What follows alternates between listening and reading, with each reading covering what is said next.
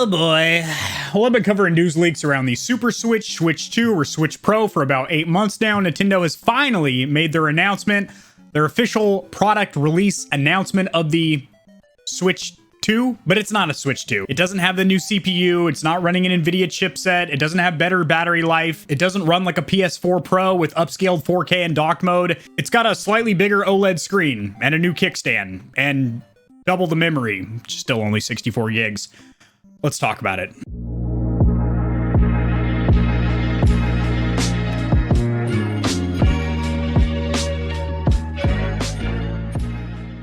Oh boy. So I'm going to go ahead and share my screen here. I don't even want to really talk about this, but it needs to be talked about. So the new Switch, which is not a Switch 2, Switch Pro, Super Switch like we thought, is actually just called the Switch OLED. Nintendo is asking, and I do say asking, $350 retail for this new console.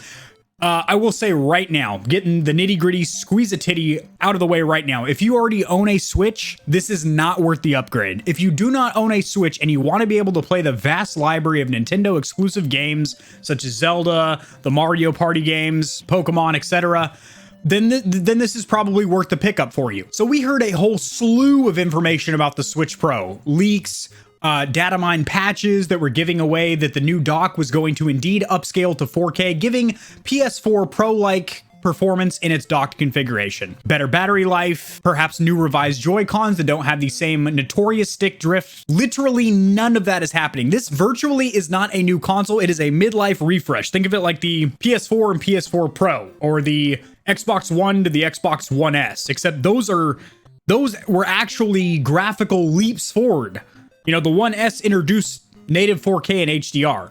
The PS4 Pro introduced HDR and upscaled 4K. The three new features that we're getting with the Switch here is a larger 7-inch OLED screen. It is still 720p, which is the output resolution of the current Switch. So by going with an organic light emitting diode display as opposed to a independently backlit LED panel, it is going to be brighter, more vibrant, more rich. I mean, obviously, if you guys have seen OLED TVs and monitors, it's the same technology scaled down into a handheld console. That's great. That literally will make games look better, but they will not run any better. They will perform the same as they do on the Switch, which I have to say it right now, the Switch was underpowered when it was released 4 years ago. It is running on an outdated Tegra CPU that was struggling to perform then 4 years ago. Now, when you compare this $350 console to the $300 Xbox Series S, which literally will slap the titties and pull the gooch hair of this new console, like hands down, there is no graphical comparison to be made here. So we're getting a new display, so games will look better. However, they will not run better in docked configuration nor in handheld configuration. So it's still going to be sputtering and stuttering, getting huge frame rate dips, and when you do dock, it is still only 1080p. So most of us have 4K TVs, or even if you own a 1080p television or monitor, when you dock a Switch, it still scales everything up from a 6.7-inch screen, now to be a 7-inch, to a huge, 40-inch monitor, and it is clearly pixelated and blurry, and there's all kinds of upscaling going on. It doesn't look good. Now, that was supposed to be remedied with the new dock that was going to do upscaled 4K, and the Switch Pro was going to be rocking an NVIDIA chipset with DLSS, or deep learning super sampling, which is kind of what we've seen in the NVIDIA GPUs, which basically can run a smaller native resolution while dynamically upscaling it, making it look like a better native resolution. So basically taxing your resources, your hardware, at the level of 1080p, but displaying a nice crisp 4K image. Literally none of that's happening. Better battery life? Go fuck yourself. But we do get a new kickstand, which I do think is very welcome, because the original Switch had a pretty shitty kickstand. It was just flimsy and it was off balance. It was on one side.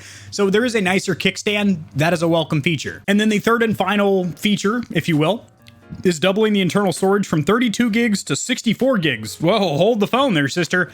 You're still going to need to get an SD card for expandable storage. I mean, 64 gigs, you're going to fill that up real quick. Oh, and also one more thing I almost forgot here. This actually is a very welcome feature. The dock now does support Ethernet, which should have been on the original Switch. Oh, Nintendo has confirmed that there are no major internal changes to the CPU.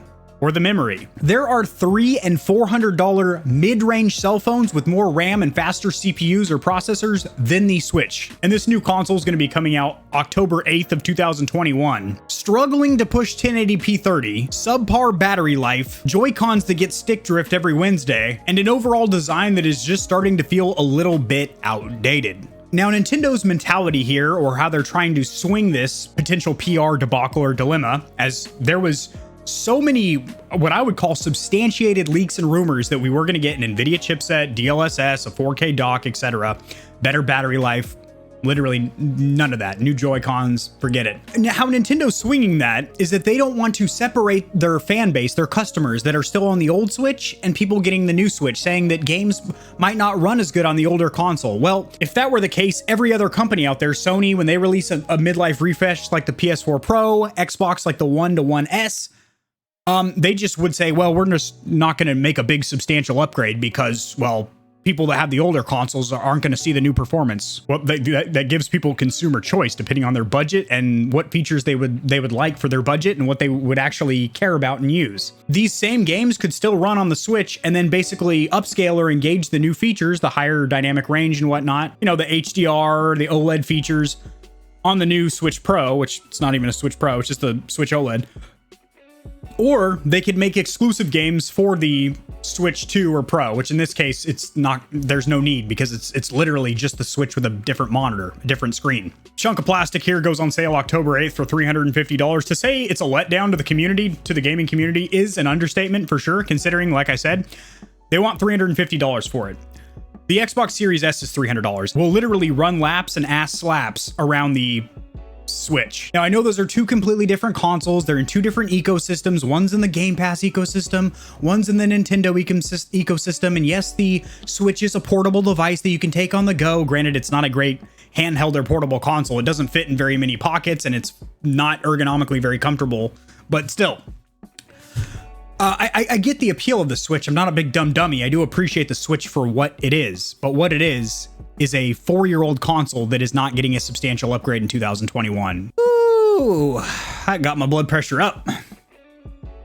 Well, actually, it says it's in a normal range, but I feel like my blood pressure's up. Well, this is a grim topic and not enjoyable for me to talk about. Probably not enjoyable for you to hear about, especially if you're a big Nintendo fan. But if you did enjoy the video, liking it by shoving your thumb all the way up to the knuckle on the like button helps it to be seen by more people.